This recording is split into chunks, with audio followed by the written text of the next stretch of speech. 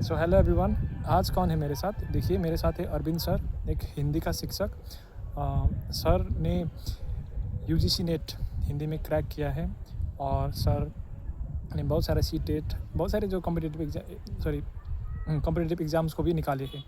तो सर, आप लोगों को आज आपके लाइफ में पढ़ाई को किस तरीके से आप पढ़ सकते हो, ये इसके विषय में आप लोगों से कुछ शेयर करेंगे। So sir. नमस्कार मित्रों, मैं अरविंद अवस्थी, आपका साथी और हिंदी साहित्य का एक सेवक। पढ़ने के निमित्त मेरे साथी ने बोला है, तो पढ़ने के निमित्त मैं यही कहना चाहूँगा अपने साथियों से, छात्रों से, मित्रों से कि पढ़ाई ज़बरदस्ती नहीं की जाती है। जब आपका मन हो, दिल हो, तो डूब करके पढ़िए। दिखावा करने के लिए नहीं, औपचारिकता करने के लिए नहीं। जो भी कंटेंट है, जो भी प्रकरण है, जो भी शीर्षक है, जो भी सब्जेक्ट है, अगर आप पढ़ रहे हैं तो उसको डीपली पढ़िए।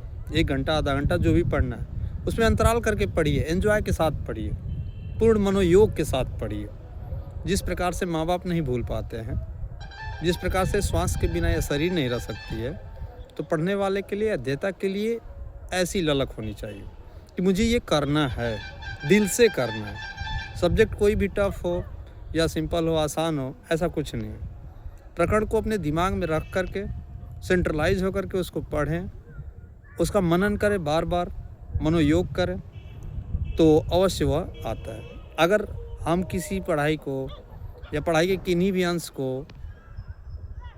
भय, डर या बोझ समझ करके पढ़ेंगे तो नहीं समझ में आएगा। काम करने को तो कर लेंगे, लिखने को लिख लेंगे, आप अपना नोटबुक बना लेंगे, लेकिन दिमाग में वह बात स्थापित नहीं हो सकती। बहुत सारे ऐसे बच्चे हैं जो रट करके याद कर लेते हैं। रटना नहीं है, तथ्यों को क्या करना है, आत्मसात करना है, समझना है। समझी हुई चीज़ें कभी नहीं भूलती है। पढ़ाई को बोझ ना समझें, पढ़ाई को आनंद के साथ पढ़ें।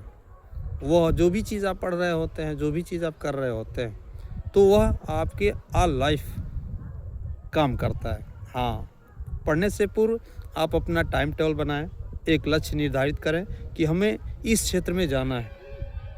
जैसे दिशाएं असीम है, वैसे ही विषय भी असीम है, लक्ष्य भी असीम है, लेकिन आप किसी एक बात पे लक्षित होकर के पढ़ें और उसके निमित्त होकर के उसके अनुकूल अपनी प्रकृति बनाएं और अध्ययन करें, तो निश्चित तौर पे वह चीज़ें हमें समझ में आती है और आएंगी। बाकी हार्ड वर्किंग तो करना ही होता है, इससे कोई भी खाली नहीं है, इससे कोई दूर भी नहीं जा सकता है, क्योंकि बिना परिश्रम के कुछ प्राप्ति नहीं। गीता में भी कहा गया है कि कर्मण्येवाधिकारस्ते मा फलेषु कदाचन। फल की चिंता मत कीजिए, जैसा कर्म करेंगे फल तो अवश्य मिलेगा। इसलिए पढ़ाई लिखाई में यदि आपका रिजल्ट अच्छा आना है, लाना है, तो उसके लिए आपको समय देना पड़ेगा। जिस प्रकार से बिना भोजन किए भूख नहीं मिटती है, प्यास लगी है तो पानी पीना ही पड़ेगा, रस या मदिरा पीने से प्यास नहीं बुझेगी। वैसे ही प्राप्ति के लिए हमें अध्ययन करना ही पड़ेगा, हमें मेहनत करनी ही पड़ेगी, और उस मेहनत को बोझ समझ करके ना करें, उसे अपने जीवन का एक अंश समझ करके करें, उसे अपना संस्कार समझ करके करें। माता पिता के कर्तव्यों को ध्यान में रख करके पढ़ें, अपने आसपास पड़ोस से समाज, गांव, नगर, देश को ध्यान में रख करके पढ़ें, तो अवश्य उसमें सफलता मिलेगी। क्यों?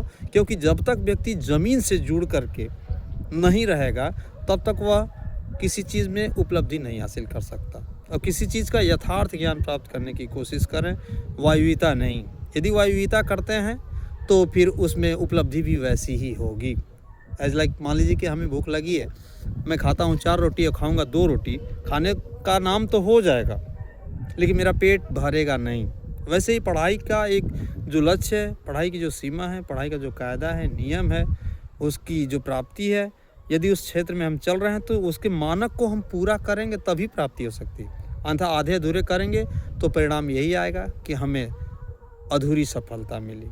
जो मेरा लक्ष्य था, जो मेरा एम था, जहाँ मेरा स्थान था, हम वहाँ नहीं पहुँच पाते हैं और बीच में ही भटक जाते हैं। कहने को तो बहुत सारी बातें हैं पढ़ाई के क्षेत्र में, लेकिन आज के लिए बस इतना ही। धन्यवाद। Thank you sir, thank you so much.